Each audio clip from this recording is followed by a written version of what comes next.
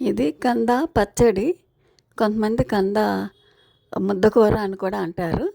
ఈ కంద వలన ఎన్నో ఉపయోగాలున్నాయి. చక్కగా వారానికోసారి కందకూర తింటే హెల్త్‌కి చాలా మంచిది. కంద నల్లగా ఉంటుంది. ఆ పైన పీసంతా ఆ తొక్కు బాగా లోపలికంతా చెక్కుకోవాలి. చెక్కి చక్కగా చిన్న ముక్కలు కట్ చేసుకొని ఉప్పేసి బాగా కడగాలి 2, 3 సార్లు. ఉప్పేసి కడగకపోతే నాలుకంతా దురదగా ఉంటుంది. ఉప్పేసి కడిగిన తర్వాత కూడా మనం చేతులు బాగా తోముకోవాలి. లేకపోతే చేతులు కూడా దురద పడతాయి అన్నమాట. కానీ ఈ కంద తినటం వల్ల చాలా ఉపయోగాలు ఉన్నప్పుడు కంద తినటం మానటం ఎందుకు? మంచిగా తినాలి కదా.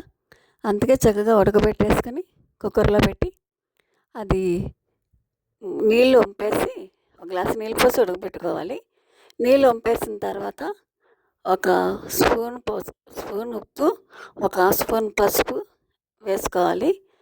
కొంచెం బెల్లం పొడుము, కొంచెం చింతపండు వేసుకొని బాగా అది ముద్దలాగా కలుపుకోవాలి. ఇది తాలింపు వేసుకోవాలి.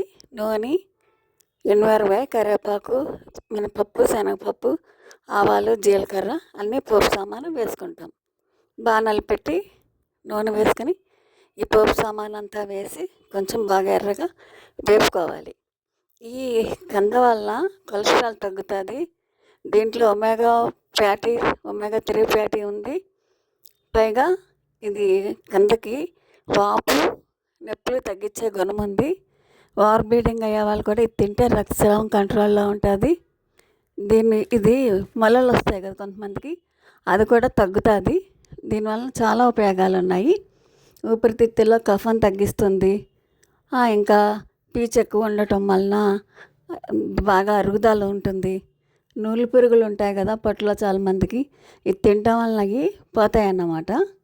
కొవ్వు తక్కువగా ఉండటం వల్ల చెడు కొలెస్ట్రాల్ని తగ్గిస్తుంది. ఎన్ని ఉపయోగాలు ఉన్నప్పుడు కంద చక్కగా ఇది వారానికి ఒకసారో 2 సార్లు తింటే చాలా మంచిది కదా. దీన్ని కొంతమంది కంద పచ్చడి, పొడుము లేకపోతే ముద్దకూర అంటారు. ఇది తప్పకుండా తినండి, చాలా బాగుందన్నమాట.